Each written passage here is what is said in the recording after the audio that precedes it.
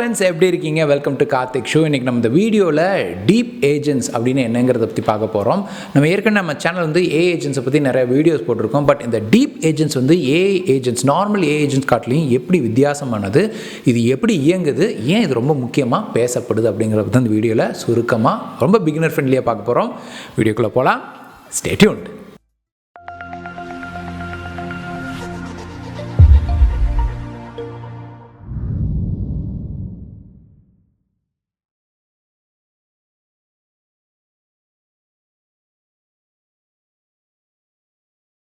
Welcome back. சரி, முதல்ல நம்ம ஒரு நார்மல் ஏஐ ஏஜென்ட் அப்படின்னு என்னங்கிறத பார்த்துடலாம். இப்போது நம்ம ஏஐ கிட்ட ஒரு ப்ராம்ப்ட் கொடுத்தோம்னா அந்த ப்ராம்ப்டை வச்சு அது என்ன கோல்னு டிசைட் பண்ணிவிட்டு அதுக்கு என்ன ஆக்ஷன் பண்ணணும் அப்படிங்கிறத பார்த்துட்டு அந்த ஆக்ஷனை செயல்படுத்தி நமக்கு ஒரு அவுட்புட் கொடுக்கும். இதுதான் வந்து ஒரு normal AI agent. For example, ஒரு ஏஐ ஏஜென்ட் கிட்ட நம்ம வந்து ஒரு கோடு எழுத சொல்கிறோம், அது கோடு எழுதி கொடுக்குது. இப்போ ஒரு சாட்பாட்டோட ஒரு கொஷின் கேட்டோம்னா அதை நமக்கு ஆன்சர் பண்ணுது. ஒரு ஏஜென்ட் வந்து ஒரு வெப்பில் போய் சில டேட்டாவெல்லாம் கேதர் பண்ணி அதை சம்மரைஸ் பண்ணி நமக்கு சொல்லுது. ஸோ இதெல்லாம் பார்த்தீங்கன்னா நீங்கள் ஒரு சிம்பிள் ஏஐ ஏஜென்ட்டாக சொல்லலாம். ஆனால் இதுக்கு என்ன பிரச்சனைனா, இதோட மெமரி அப்படிங்கிறது பார்த்தீங்கன்னா கொஞ்சம் லிமிட்டடாக இருக்கும். இது வந்து எக்ஸ்டென்சிவ் பிளானிங் வந்து இந்த ஏஜென்ட்ஸ்னால பண்ண முடியாது. அப்புறம் ஒரு பெரிய டாஸ்க் கொடுத்தீங்கன்னா அந்த டாஸ்க்கை பிரேக் பண்ணி ஸ்டெப் பை ஸ்டெப் பண்ணும்போது ஒரு டாஸ்க்கும் இன்னொரு டாஸ்க்கும் உள்ள ஃப்ளோ வந்து ஸ்மூத்தாக இருக்காது. அதனால் ஒரு பெரிய காம்ப்ளெக்ஸான கோல்ஸ்லாம் கொடுக்கும்போது இந்த நார்மல் ஏஐ ஏஜென்ட்ஸ்னால அதை செயல்படுத்த முடியாது. அங்கே தான் நமக்கு டீப் ஏஐ ஏஜென்ட்ஸ் வந்து உதவியாக இருக்கும். இந்த டீப் ஏஐ ஏஜென்ட்ஸ் என்ன பண்ணணும்னா, ஒரு பெரிய காம்ப்ளெக்ஸான கோல் கொடுத்தாலும் அந்த கோலை பக்காவாக எண்ட் டு எண்ட் பிளானிங் பண்ணி அதுக்கு என்னென்ன ஸ்டெப்ஸ் எல்லாம் பண்ணணுங்கிறத நிறைய சப் ஏஐ ஏஜென்ட்ஸ் வச்சு இயக்கம் செய்து அந்த சப் ஏஐ ஏஜென்ட்ஸுக்குள்ள நல்ல ஒரு கோஆர்டினேஷனை கொண்டு வந்து அதுக்கப்புறம் தனியாக ஒரு மெமரி வச்சு ஒரு ஸ்டெப்புக்கும் அடுத்த ஸ்டெப்புக்கும் உள்ள தொடர்பு என்ன, இதுக்கு முன்னாடி என்னென்ன ஆக்ஷன்லாம் பண்ணணும், என்ன ரிசல்ட்ஸ் வந்துச்சு, யூசர் ப்ரிஃபரன்ஸ் என்ன, இந்த மாதிரி விஷயங்களை ஞாபகம் வச்சு முன்னாடியே சொன்ன மாதிரி பல டூல்ஸை கோஆர்டினேட் பண்ணி அந்த காம்ப்ளெக்ஸ் கோலை சூப்பராக செயல்படுத்தி யூசருக்கு உதவியாக இருக்கும். அது மட்டும் இல்லாமல் ஏதாவது ஒரு தவறு செய்தால் அந்த தவறையும் அனலைஸ் பண்ணி மறுபடியும் அந்த தவறு செய்யாத அளவு கற்றுக்கொள்ளும் திறன் கொண்ட ஒரு ஏஐ ஏஜென்ட் தான் வந்து டீப் ஏஐ ஏஜென்ட்ஸ் அப்படின்னு சொல்லுவாங்க. இப்போது ஒரு நார்மல் ஏஜென்ட் வந்து ஒரு ஜூனியர் அசிஸ்டன்ட்னு வச்சுக்கங்களேன், நம்ம ஒரு டாஸ்க் கொடுக்கணும், அது பண்ணி நமக்கு சொல்லிடுது. ஆனால் அந்த டீப் ஏஐ ஏஜென்ட் அப்படின்னு பார்த்தீங்கன்னா ஒரு டீமோட ஒரு ப்ராஜெக்ட் மேனேஜர் மாதிரின்னு வச்சுக்கோங்களேன். ஒரு பெரிய கோல் எடுத்து ஸ்டெப் பை ஸ்டெப்பாக பிரித்து அதை பக்காவாக பிளான் பண்ணி சின்ன சின்ன ஜூனியர் அசிஸ்டன்ட்ஸ்க்கெல்லாம் வேலையை கொடுத்து அதை மறுபடியும் ஒருங்கிணைத்து சரியான முறையில் கொண்டு போய் கிளைண்ட்டுக்கிட்ட கொடுக்குறோம் பார்த்தீங்களா, அந்த மாதிரி ஒரு ப்ராஜெக்ட் மேனேஜர் மாதிரி இயங்குறது தான் டீப் ஏஐ ஏஜென்ட்ஸ். சரி, இப்போ இந்த டீப் ஏஐ ஏஜென்ட்ஸோட ஆர்கிடெக்சர் எப்படி இருக்கும் அப்படிங்கிறத பார்க்கலாம். சரி, இப்போ இந்த டீப் ஏஐ ஏஜென்ட்டோட ஆர்கிடெக்சர் அப்படின்னு பார்த்துட்டிங்கன்னா அதில் வந்து 4 முக்கியமான காம்பனன்ட்ஸ் இருக்கும். ஒன்று வந்து பிளானிங் டூல், ரெண்டாவது சப் ஏஜென்ட்ஸ், மூணாவது சிஸ்டம் ப்ராம்ப்ட், நாலாவது ஃபைல் சிஸ்டம். இது ஒவ்வொன்றும் என்னென்ன அப்படின்னு சொல்கிறேன். ஃபஸ்ட்டு வந்து பிளானிங் டூல். நான் முன்னாடியே சொன்னேன், இப்போ ஒரு டீப் ஏஐ ஏஜென்ட்டுக்கு நம்ம ஒரு டாஸ்க் கொடுத்தோம்னா அது ஒரு பெரிய டாஸ்க், ஒரு பெரிய கோலாக இருந்ததுன்னா அதை வந்து எப்படி பண்ணணும் அப்படிங்கிறத ஸ்டெப் பை ஸ்டெப்பாக பிளான் பண்ண ஆரம்பிக்கும். அதுதான் வந்து பிளானிங் டூலில் நடக்கும். ஒரு வெப்சைட் பில்ட் பண்ணி ஒரு டாஸ்க் கொடுத்தீங்கன்னா அந்த வெப்சைட் பில்ட் பண்ணுறது மட்டும் யோசிக்காது, அந்த வெப்சைட் பில்ட் பண்ணுறதுலேருந்து அதை டிப்ளாய் பண்ணி டெஸ்ட் பண்ணுற வரைக்கும் பக்காவாக எண்ட் டு எண்டாக இது பிளான் பண்ணும். அதுதான் இந்த பிளானிங் டூலோட முக்கியமான அம்சமாக இருக்கும். இப்போ நீங்கள் வெப்சைட் டிசைன் பண்ணி எனக்கு கூட அப்படின்னு சொன்னீங்கன்னா ஃபஸ்ட்டு என்ன பண்ணணும்னா, ஒரு வெப்சைட் டிசைன் பண்ணுறதுக்கு என்ன டூலை சூஸ் பண்ணலாங்கிறத யோசிக்கும். அடுத்தது என்ன டிசைனில் நம்ம வெப்சைட்டை பண்ணணும் அப்படிங்கிறது யோசிக்கும்.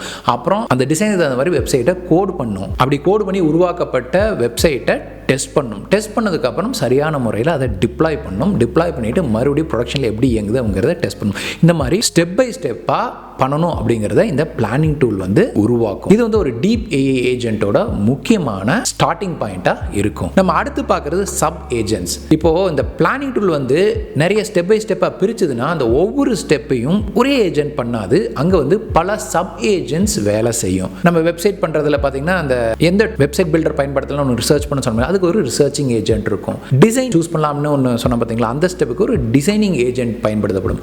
கோடிங்னு சொன்ன பார்த்தீங்கன்னா அதுக்கு ஒரு கோடிங் ஏஜென்ட் பயன்படுத்தப்படும். டெஸ்டிங் சொன்ன பார்த்தீங்கன்னா அதுக்கு ஒரு டெஸ்டிங் ஏஜென்ட் பயன்படுத்தப்படும். இந்த மாதிரி ஒவ்வொரு ஏஜென்சியும் சப் ஏஜென்ட்ஸ் சொல்லுவாங்க. இந்த மாதிரி பல சப் ஏஜென்ட்ஸ் ஒருங்கிணைந்து வேலை செய்யும். இங்கே முக்கியமாக இதை வந்து கோஆர்டினேட் பண்ணி எந்த சப் ஏஜென்ட் எந்த வேலை செய்யணும், எந்த சப் ஏஜென்ட்டுக்கு அப்புறம் எந்த சப் ஏஜென்ட் இயங்கணுங்கிறத முடிவு செய்கிறது அந்த ஃபஸ்ட்டு நம்ம பார்த்த பிளானிங் டூல்.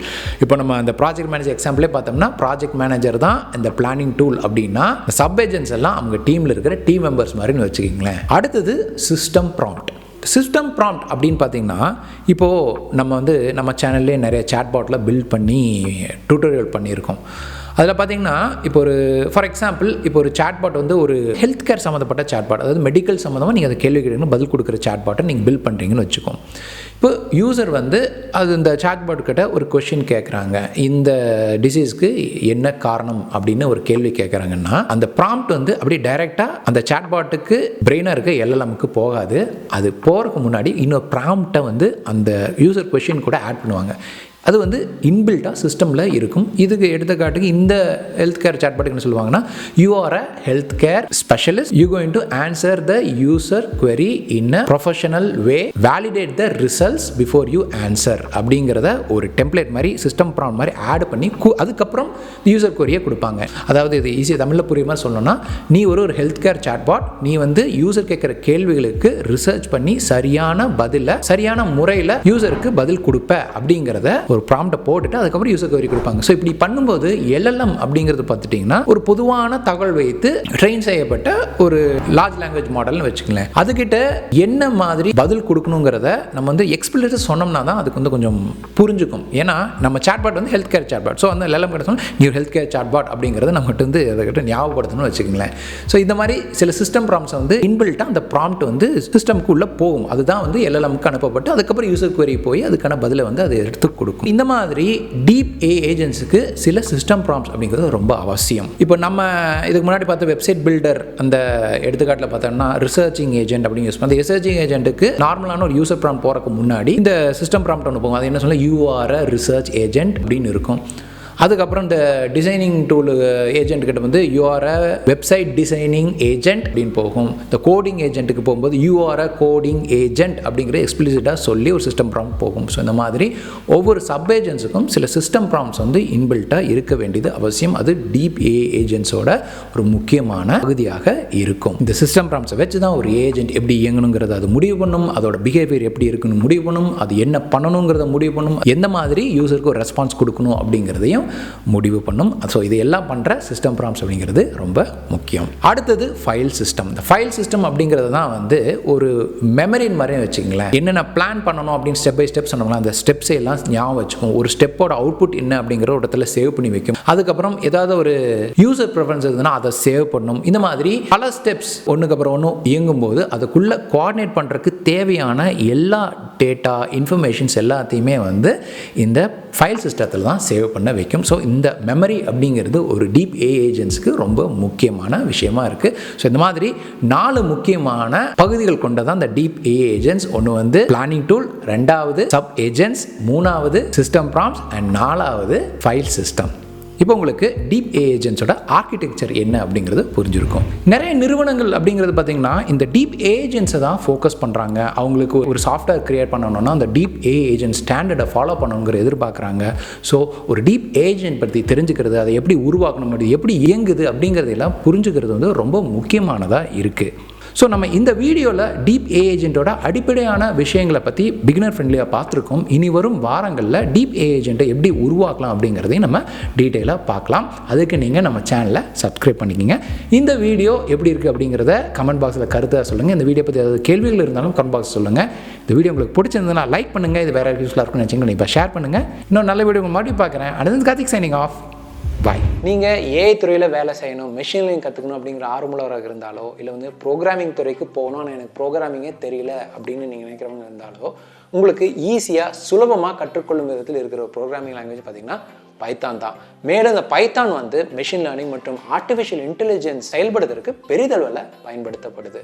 ஸோ இந்த பைத்தானை தமிழில் பேசிக்ஸ்லேருந்து உங்களுக்கு ப்ரோக்ராம் நாலேஜே இல்லைனாலுமே ஈஸியாக புரிஞ்சுக்கும் விதமாக உருவாக்கப்பட்ட ஒரு கோர்ஸ் தான் பார்த்தீங்கன்னா எங்கள் வெப்சைட்டில் இருக்கிற பைத்தான் ப்ரோக்ராமிங் ஃபார் பிகினர்ஸ். இது முழுக்க தமிழில் இருக்க போது பைத்தான் ப்ரோக்ராமிங் பற்றி அடித்தளத்திலிருந்து நாங்கள் அதில் சொல்லி கொடுத்துருக்கோம். ஸோ அந்த கோர்ஸை நீங்கள் முடிக்கும்போது பைத்தானோட ஃபண்டமெண்டல் நீங்கள் ஸ்ட்ராங்காக இருங்க. அந்த கோர்ஸோட முடிவில் பார்த்தீங்கன்னா நிறைய ப்ராஜெக்ட்ஸ் இருக்கும். அது முடிக்கும்போது உங்களுக்கு இந்த ப்ரோக்ராமிங்கில் உங்களோட கான்ஃபிடன்ஸ் லெவல் கண்டிப்பாக அதிகரிக்கும். இதை முடிச்சுட்டு நீங்கள் மெஷின் லேர்னிங் கற்றுக்கணும் அப்படின்னு ஆர்வம் காட்டிங்கன்னா அதற்கு உதவும் விதத்தில் Python programming for machine learning அப்படிங்கிற இன்னொரு கோர்ஸையும் நாங்கள் வந்து எங்கள் வெப்சைட்டில் லான்ச் பண்ணியிருக்கோம். அந்த கோர்ஸில் பார்த்துட்டிங்கன்னா மெஷின் லேர்னிங்னு ஃபண்டமெண்டல்ஸில் ஸ்டார்ட் பண்ணி மெஷின் லேர்னிங் பற்றின விளக்கங்கள்லாம் கொடுத்துட்டு மெஷின் லேர்னிங் என்ன, அதை எவ்வாறெல்லாம் செயல்படுத்தணும், அது என்னென்ன வகை இருக்குது அப்படிங்கிறதெல்லாம் பார்த்துட்டு 7 வெவ்வேறு விதமான மெஷின் லேர்னிங் மாடல்ஸை 7 வெவ்வேறு விதமான அல்காரிதம்ஸ் பயன்படுத்தி ப்ரோக்ராம் பண்ணி கோடு பண்ணி உருவாக்கி காமிச்சிருக்கோம். ஸோ இது எல்லாமே பார்த்தீங்கன்னா தமிழில் டீட்டெயிலாக நாங்கள் கோடு பண்ண நாங்கள் தமிழில் சொல்லிக்கிறோம். அதை நீங்கள் பார்த்து பேரலாக நீங்கள் கோடு பண்ணி பார்த்துக்கலாம். அந்த விதத்தில் எளிமையான முறையில் தான் அந்த கோர்ஸ் இருக்க போகுது. நீங்கள் மெஷின் லேர்னிங் புதுசு மெஷின் லேர்னிங் என்னென்ன தெரியாது அப்படிங்கிறவங்களுக்கு கண்டிப்பாக அந்த கோர்ஸ் வந்து சூட்டபுளாக இருக்கும்.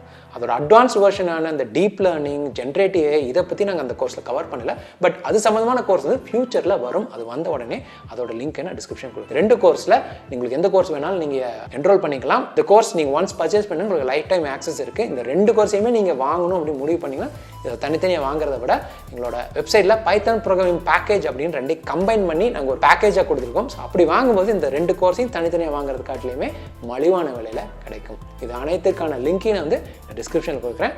செக் பண்ணி பாருங்கள். பைத்தான் மற்றும் மெஷின் லேர்னிங்கில் உங்களோட கரியரை பூஸ்ட் பண்ணுங்கள். All the best.